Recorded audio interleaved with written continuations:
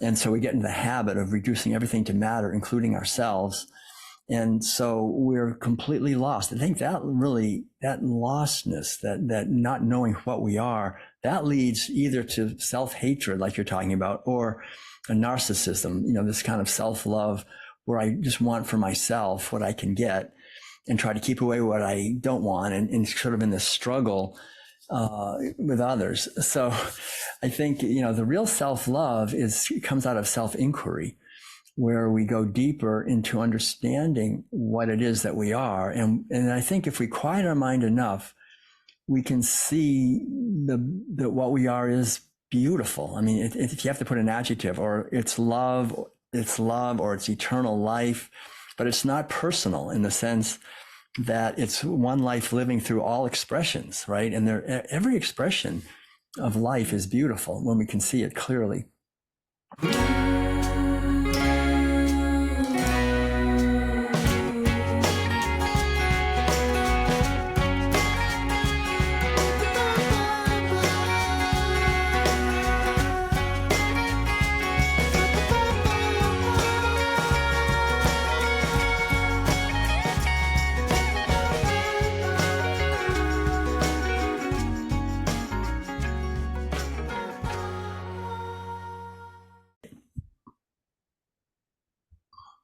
Welcome, everyone, to the Vegan Posse Self-Love series, which is dedicated to expanding our tenderness, affection, curiosity, and general delight in one very important animal, ourselves. As many of you know, I'm currently working on a companion guide to my novel, Marrying Myself, which will be a sort of self-love playbook. In the process of creating this Marrying Myself companion guide, I realized I had a wealth of wisdom in the previous guests I've had on the show, and I decided to invite some of them back on to talk about self-love and what it means to them. Today, I'm thrilled to welcome back Dr. Will Tuttle, who, among other things, is a former Zen monk and the author of many books, including the #1 Amazon bestseller, The World's Peace Diet, which, as a lot of you will know, is the book that more than any other that I've read, and I've read quite a few, fundamentally shifted how I saw the concept of veganism and animal rights. And Dr. Will Tuttle is also a world-renowned speaker and an acclaimed pianist and composer. So, Will, welcome to our special self-love series. Thank you. Thanks, Chris. You're welcome. Yeah, as you may recall, I start out regular episodes of the Vegan Posse by asking guests if they're ready for the ride of their life. But for this special self-love series, I'd like to ask, are you ready for the love of your life? Well, I think so. I love the underlying idea of what you're doing, because loving ourselves is foundational. It's really foundational to our happiness and to the way that we can be happy and share this happiness with other people. And it's also, I think, a source of enormous confusion in our society. So how should we begin? Do you want me to just say a little bit about that, or do you have a specific question? You're already touching on some things that I would like to talk about in more detail. But before we get into self-love, I'd like to talk a little about self-hate. So you're a former Zen monk, and I remember years ago at a meditation center I was part of, I remember hearing that someone had once asked a world famous Buddhist monk what to do about self-loathing and self-hate. And the monk was baffled by the very question, because to him, the very notion of self-hate and self-loathing made no sense. It was completely outside of his paradigm. So why do you think self-hate is so rampant in today's modern culture? And do you think we in the West have a monopoly on it? Yeah, that's a good question. I think it has a lot to do really with our disconnection from nature and our disconnection from the inner sources of self-esteem that really come from a healthy upbringing. A lot of violence goes on. I think early on, the way we do birth in our society is pretty harsh on children. And the family structures are in bad shape in a lot of cases. And so as little kids, when families are fighting or breaking apart, little kids tend to blame it on themselves. It's their fault. And so we find, I think, that these infantile traumas just play out as we get older, as hating this being that we think is ourself, that we are shameful.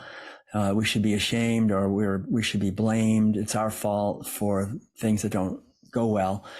And I think that's kind of reinforced in many ways by the medical establishment that gives drugs for all these things, which is really probably the worst thing you can do in many ways, just to try to put a Band-Aid on the problem.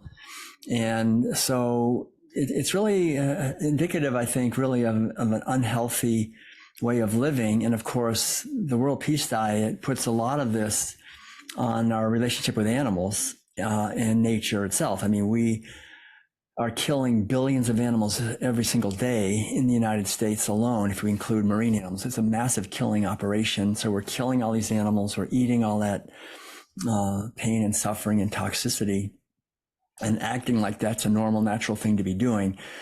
And I think that also is part of it, just this underlying sense of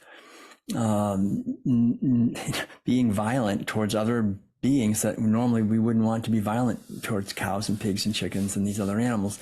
So all of these things, I think, create this residue of violence, and we turn it inwards. I mean, we can turn it outwards also. We can turn it outwards and have enemies and hate them, but it's just as easy to turn it inwards against ourselves and become suicidal and or hate ourselves. And I remember that question kind of reminds me of when the very first Europeans, when they came to North America, and eventually they met some of the Indians living in Arizona, the Zuni people, and they asked the elders if suicide was a problem in their culture, and they didn't know, like, what is suicide? Killing yourself? I mean, all they could do was laugh. And they thought, maybe you might kill somebody else, but you like, the idea of killing oneself was, all they could do was laugh. It was like, it made no sense at all.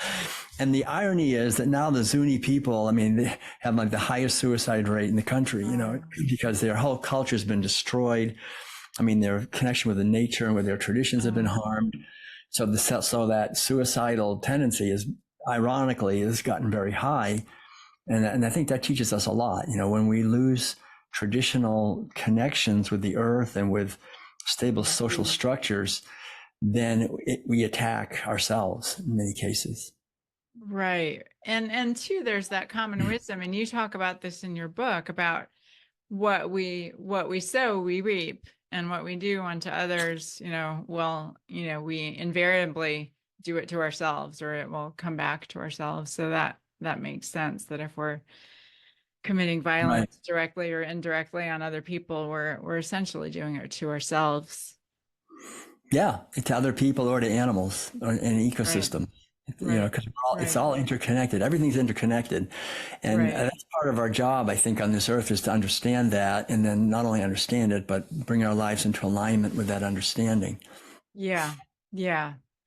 So why don't you tell us a little about your own journey with self-love? You know, is it something that you ever actively thought about?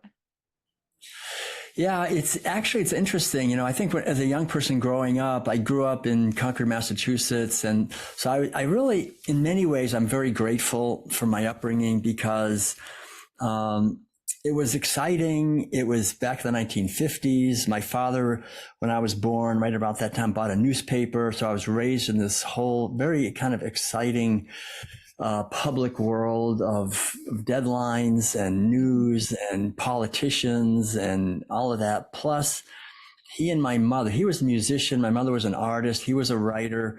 I was the oldest child, and they got along very well. I have to say, in my life growing up, I never once saw or heard my parents fight, ever. They just never fought. So they just got along, and they worked hard and did things. And I had a younger brother and a younger sister. And we did a lot in nature. We were out just skiing and skating and playing all this different sports, baseball, basketball, football, hockey, everything. And so I was just mountain climbing. I was just outside a lot. I was active. And when I went away to college, I went through, I think, a lot of what people go through with wondering what to do with life and with women and all these different things. I had, I've definitely had my challenges. And I think it came to a head during the Vietnam War era, and what are we doing here? And so I discovered Thoreau and Emerson, where I learned to swim in Walden Pond. I discovered the Transcendentalists, and I thought they were really, it wasn't until I was in my late teens and early 20s that I was able to kind of grasp the ideas of, like Emerson, the oversoul and transcendentalism, and that what we are is an eternal being. He's bringing in these ideas from Asia as well as Christianity in a way that it changed my life. I mean, I left home. I decided to go on a spiritual pilgrimage with my younger brother and not worry about the newspaper business. I was supposed to take that over. I had all these things I was supposed to do. And I just felt that spirituality is the key to everything. And so what it did, actually, at the age of 22, I just turned 22, I just dove into questioning, what am I? Who am I? This I. What is this I, this self? And so when you ask this question, loving yourself, I mean, I can't help, because I'm 70. So for 50 years, I've been trying to figure out what is this self?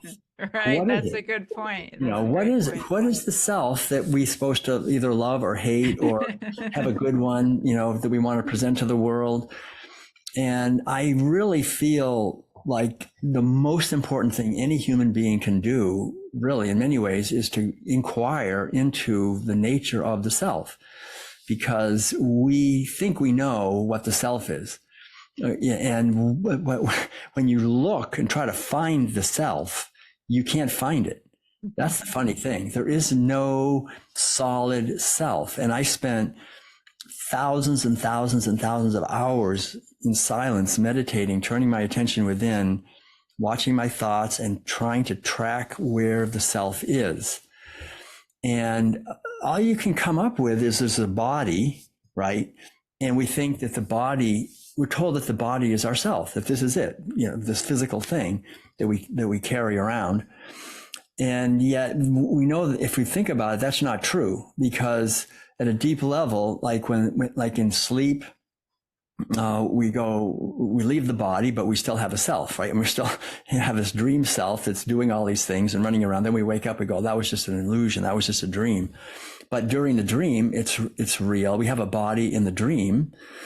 And so, and then at a deep level, and I feel very grateful that I just had this yearning to understand and to put in the time to quiet my mind and actually experience deeper states of consciousness, of silence, where I realized that what this is, this awareness, is eternal. It goes beyond the body.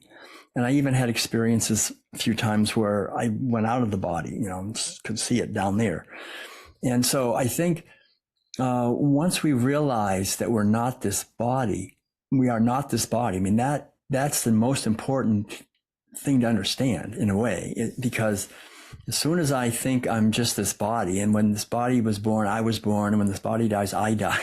I mean, that's a prison of absolute suffering, but it's total delusion. It's not true. We are the infinite eternal being, if you can use words of some kind, that makes this thing possible.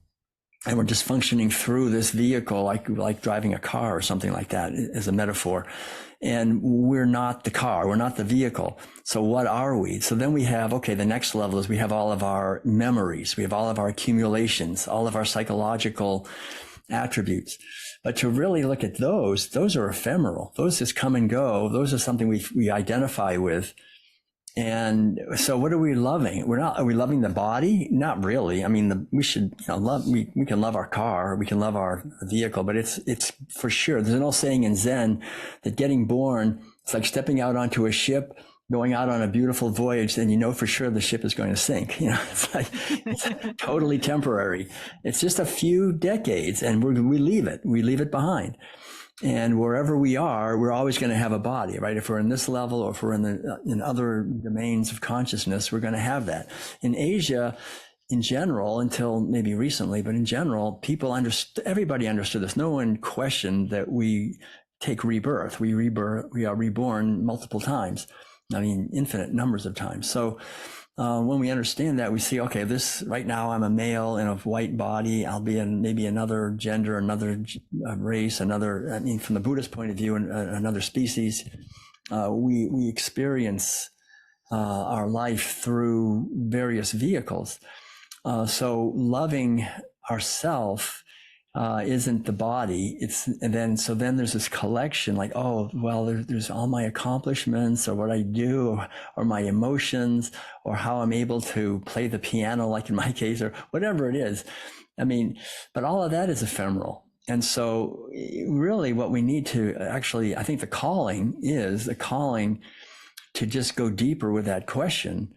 And because quite honestly, anything that we try to put into a conceptual reality, try to put into some kind of a conceptual, get a foothold on it, is not it. It's because what we are is what makes even the ability to talk and think possible. We're beyond thought. So the only place our conversation can really take us in some ways is to get us to a place where we realize now it's time to go beyond what can be talked about.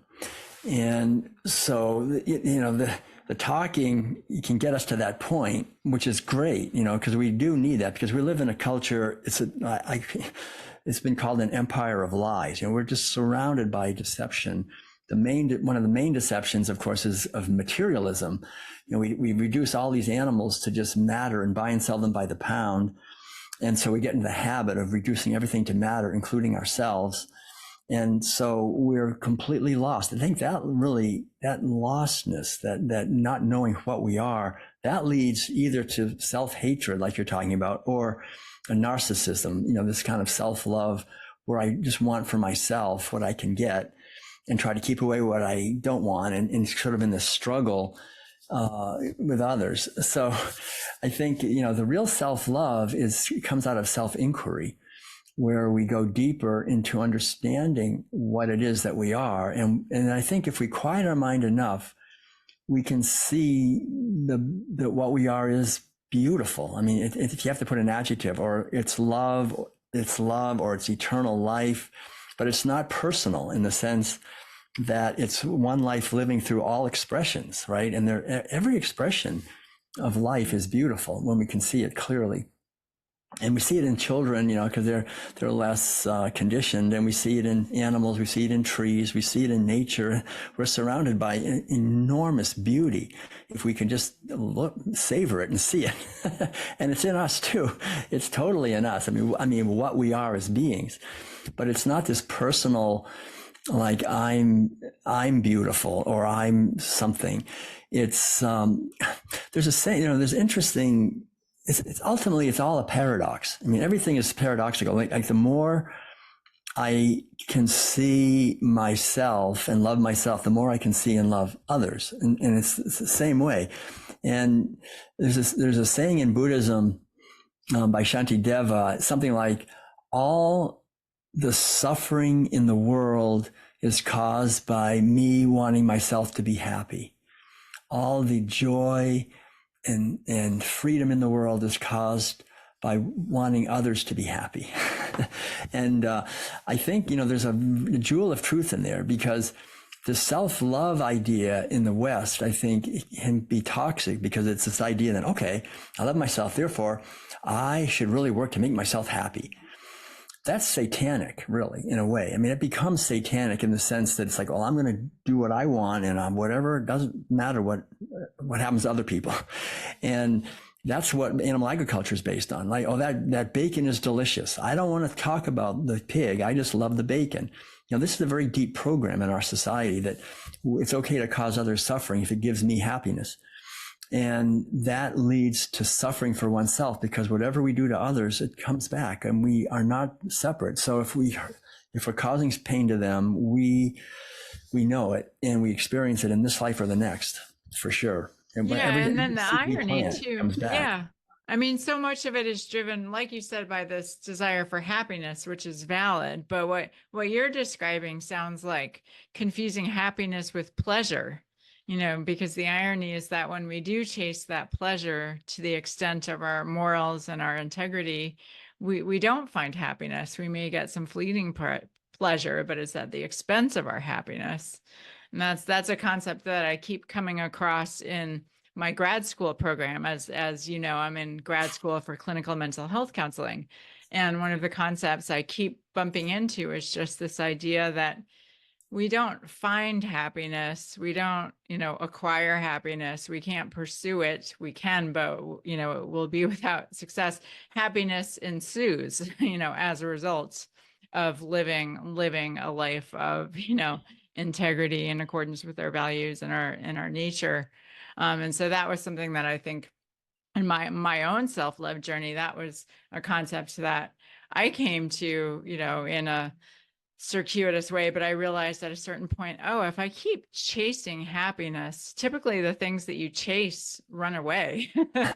So maybe the idea is just like you talk about, getting quiet and getting still and letting it just come to me and letting that peace and just that connection, which is really the source of everything, just let it happen and let myself notice it. But yeah, it really is a very interesting question, this whole concept of self. And yes, the body. I think on many levels we recognize that our body is not ourselves. And yet to me, part of self-love is self-care and caring for that vessel, for that body, because, the body is not the be all end all, but the body does harbor our minds and our hearts and our souls. And it's also doing us a service. My body takes me everywhere I want to go, and sometimes in my hard times, there's a mantra in some of the circles that I run in about, you may not always have a smart head, but you can have smart feet, like let your feet take you to the right places and get you around the right people, and then the rest will follow. So there are all these paradoxes, like you said. But yeah, what would you say the biggest confusion, or like the first place we should try to shift our perspective when it comes to cultivating more self-love in this world that we live in? I think, I mean, quite honestly, I really like what you say about the confusing pleasure with happiness. I think that's really it. I think probably the most important thing is to take time to be quiet. I mean, connect with nature and to I'm so grateful that I fell into meditating, 50 years ago, and just never missed a day, and have a regular practice of inner listening to create a foundation of understanding that I'm not just the outer thing, because otherwise I'm trying to please other people or worried about what they're thinking or everything gets based on the outer appearances, and there's nothing to love there. It's shallow. It's like a mask. It's like wearing a mask. And I think the whole problem is you can't love a mask. You can't love something that's just pretending to be something. This whole pretense, which is so rampant in our society today, is we're judging each other by an image and trying to project an image. And so really just connecting with ourself, and I think there's massive forces at work that are trying to keep us from doing that, keep us pressured with social media, with making enough money to pay the rent, and all these things. And it's hard, I think, for most people to find time to put first things first. Take priorities and take time to listen internally connect with the sun and the moon and the wind and the rain and the stars and the trees and the fields and the forests and the lakes and so forth, and connect with other people at that level of beyond just shallow kind of talking. And when we don't get supported in that too much. So I think it's being proactive in the search.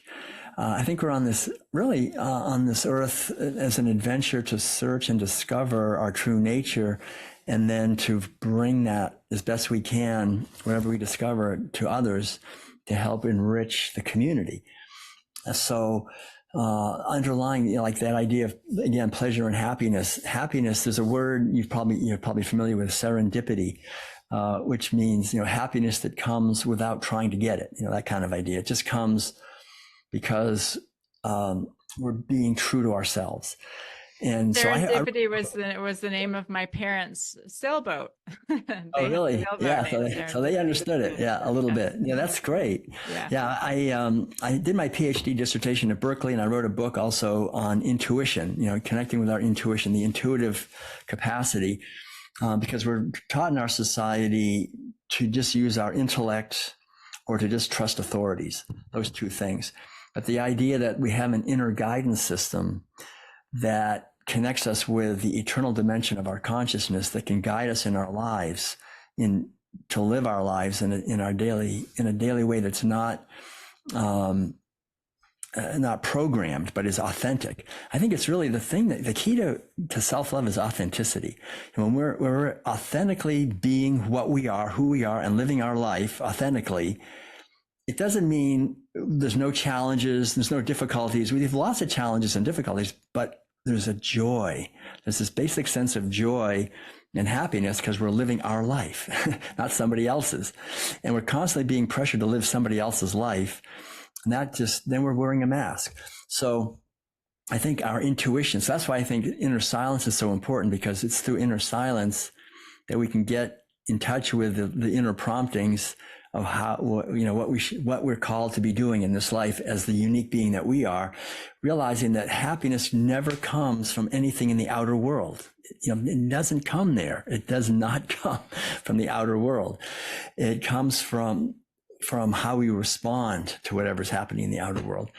And so again, we're being programmed to be slaves. We have to really understand that. We are, in our society, as soon as we're born, we're programmed to be slaves to a system that sucks our energy and that wants us to identify with a mask. So it's up to us as individuals, I think, to be savvy and to see this and to respond as best we can, each in our own way. And I think a big part of that is liberating animals and freeing them. Once we free animals and we're not eating them and paying other people to stab them, then we have a foundation for self-esteem, because we have self-respect. We're respecting others, right? You can't have self-respect if we don't respect others.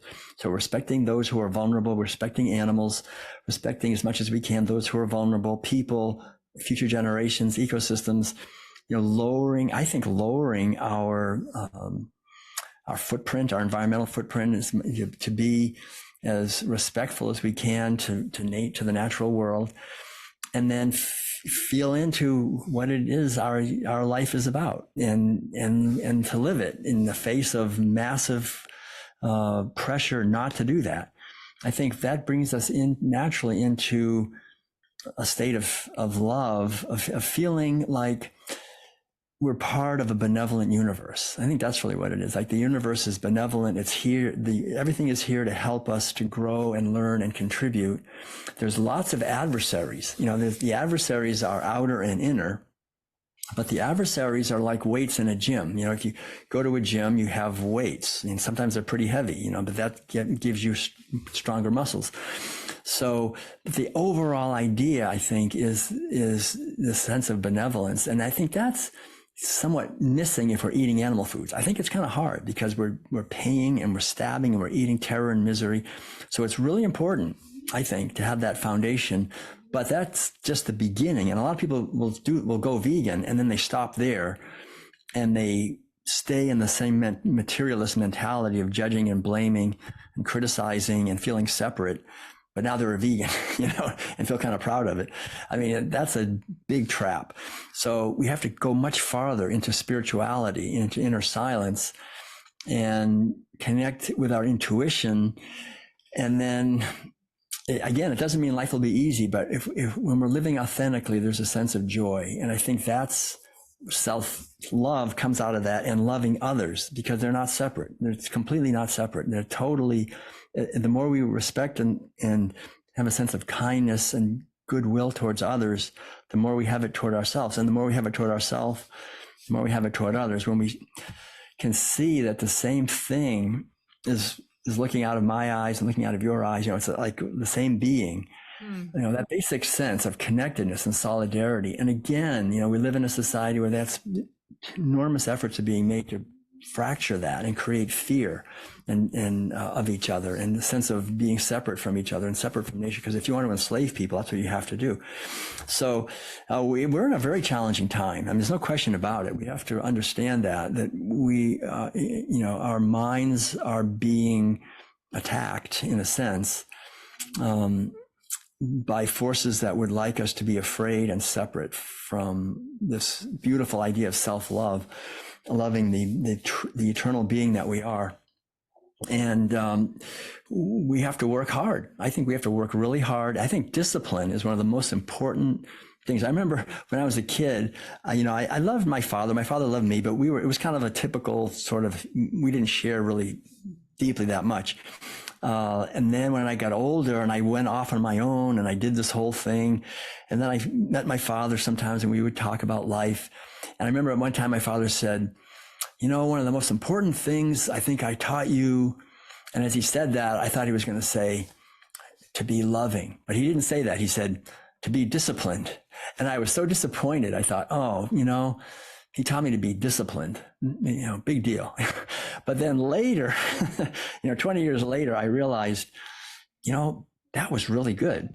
He played the piano. He said, you can play the piano like me, but you got to practice every single day, and I had to practice every day. I had to write it down on the thing, and I learned through him and through other things, the tremendous gift that discipline brings. If we're not disciplined, if we just let the cultural program, which has got its claws in us, drive us along, and our own, like you say, desires for pleasure or to avert pain, all of that, it's terrible. I mean, we get into all kinds of addictions.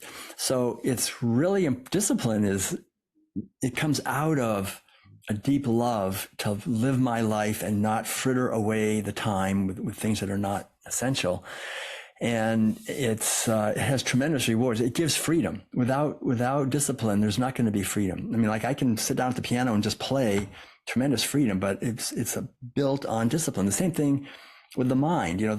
If we work with our mind and get to know ourselves and learn how to stand porter at the gate of our thoughts and not allow in toxic thoughts, and how to listen internally quietly, then our mind becomes a friend. It becomes, it's not telling us, driving us into misery and making us say bad things to other people.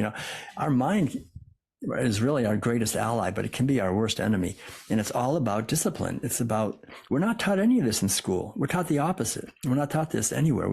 To learn to work with our thoughts and our feelings, and to take time to cultivate our consciousness.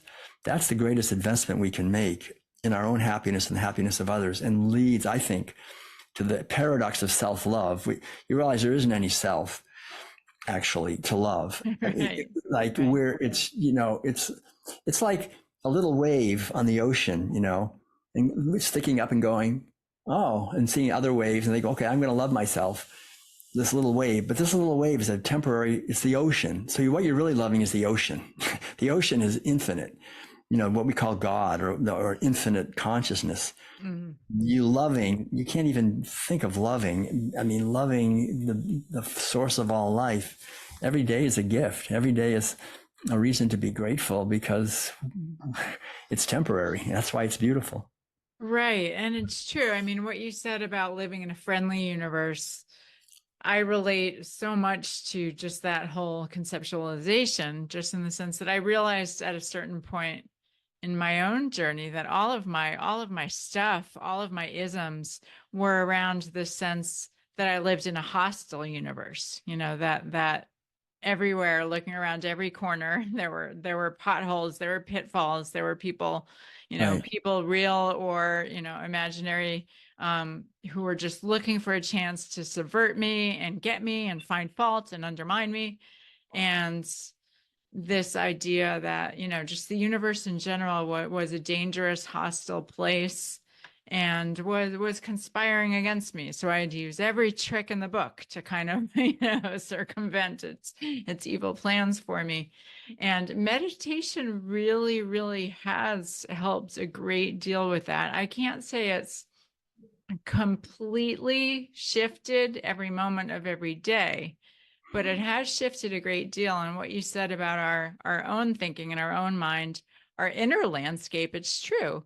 Even if the universe externally is a very friendly universe that really wants to heap, love and appreciation upon us, if our internal landscape is negative and hostile and violent, then we're not going to be able to experience the blessings and the wonders of that external world. So it all works together. I know you've done so much work on intuition. How do you see the connection between self-love and intuition? Because I know for me, sometimes I felt what I thought at the time was really strong intuition, and it turned out to be off base. Like it was wrong. It was delusional. Right. Yeah, that's a good question. And that's the reason we have a human birth. It's to learn by practice. So we think we're connecting with our intuition. And then it turns out like, oh, that was a disaster. Of course, in a way, it seems to be a disaster, but maybe we learned something from that. But the whole idea is that we learn by doing, and we fine tune our connection with our intuition. We go along the road, we hit a pothole, and then we go by a similar road and we miss the pothole that time because of our learning. So I think it's just a continual opportunity to develop our capacity, to increase the sensitivity that we have to the still small voice that is our true nature, that is our true nature, that is our intuition. So I think, the underlying challenge that we have really, I think, in everything is to learn to discern between the cultural program, which is rampant and is breeding massive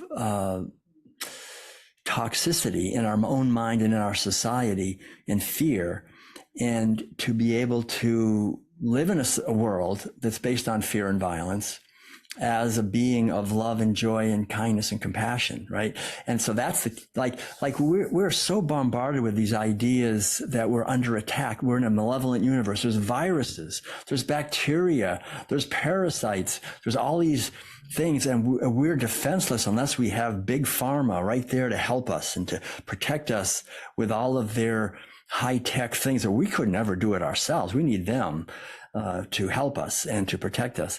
I mean, that idea comes right out of animal agriculture, because that's exactly what we are to animals. Like, we are this force that is absolutely dominating and oppressing them on a massive scale.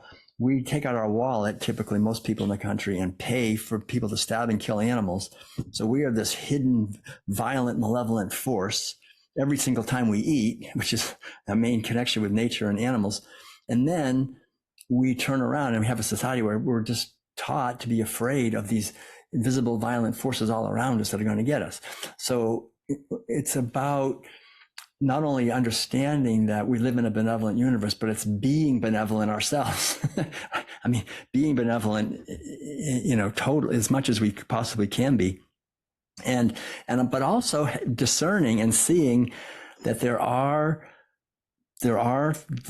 deceptions that are being continually unfolded in order to imprison us.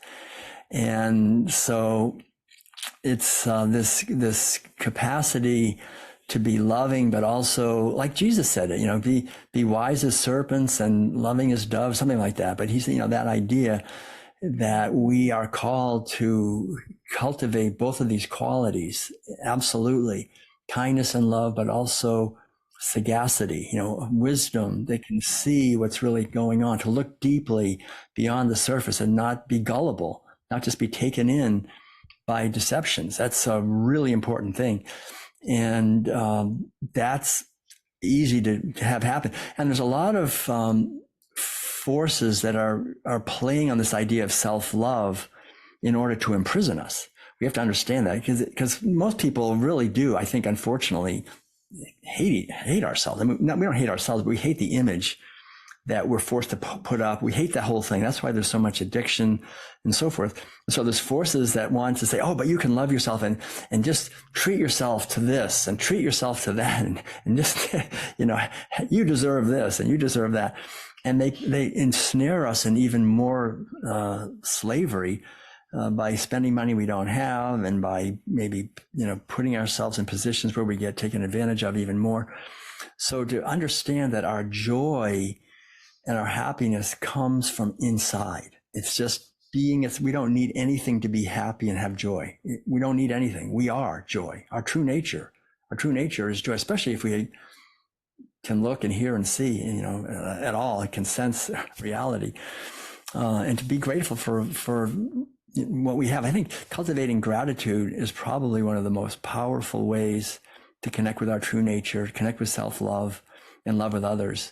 Have a gratitude journal, or have a journal and just write about what we're happy, what we're grateful for, because gratitude and love, that's the yin and the yang. Love is the yang expression of love. Love is going out. Gratitude is receiving that love. And so the more we receive, the more we can give. The more we can give, the more we receive. So the more we cultivate gratitude, the more love we have and the more love we feel.